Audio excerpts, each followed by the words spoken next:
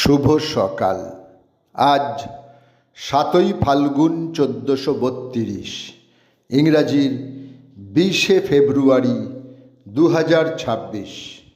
20শে ফেব্রুয়ারি 1868 মতিলাল ঘোষের সম্পাদনায় প্রথম প্রকাশিত হয় অমৃতবাজার পত্রিকা।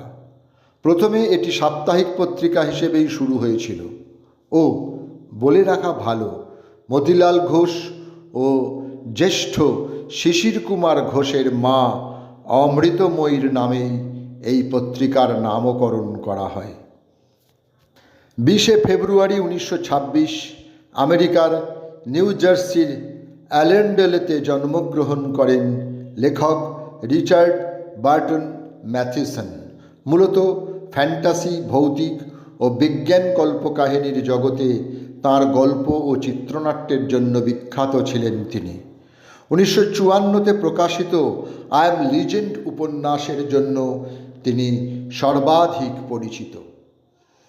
1921-এ ব্যারিস্টার হয়ে দেশে ফেরেন কিরণ শঙ্কর রায়। যোগদান করেন ভারতীয় জাতীয় কংগ্রেসে।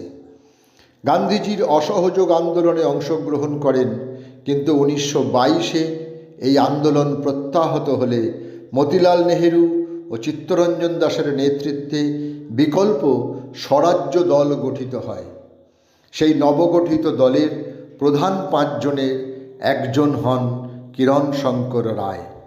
স্বাধীনতার পর তিনি পূর্ব পাকিস্তান বিধানসভায় কংগ্রেস দলের নেতা হন, কিন্তু 1948-এ তিনি ভারতবর্ষে ফিরে আসেন এবং বিধানচন্দ্র রায়ের পশ্চিমবঙ্গের মন্ত্রিসভায় স্বরাষ্ট্রমন্ত্রীর দায়িত্ব গ্রহণ করেন ও মন্ত্রী থাকাকালীন সময়ে 1949-এর 20শে ফেব্রুয়ারি তিনি প্রয়াত হন।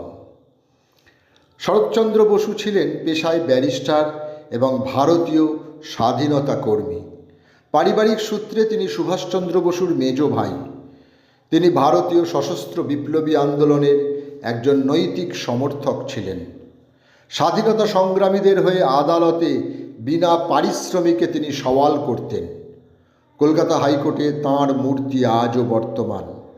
20শে ফেব্রুয়ারি 1950, 60 বছর বয়সে কলকাতায় তিনি শেষ নিঃশ্বাস ত্যাগ করেন।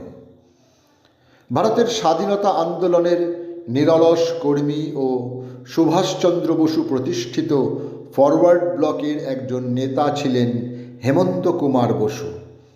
1914 ব্রিটিশ শাসকদের ক্ষমতাচ্যুত করার জন্য মহাবিপ্লবী রাসবিহারী বসু ও বাঘা যতীনের নেতৃত্বে বৈপ্লবিক অভ্যুত্থানে সক্রিয়ভাবে যোগদান করেন।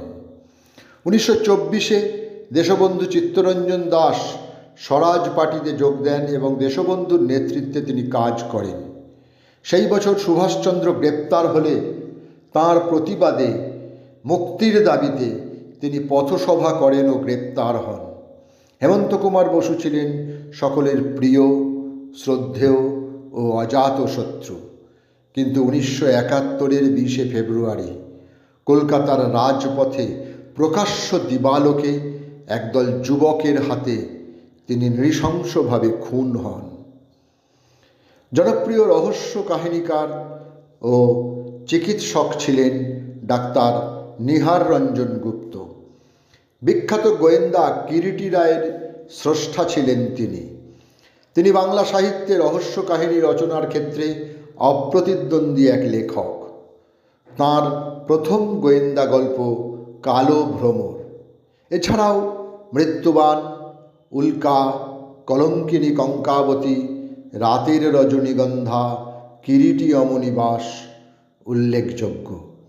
20শে ফেব্রুয়ারি 1986 74 বছর বয়সে কলকাতায় তিনি পরলোক গমন করেন। সকলকেই আমার আনত প্রণাম।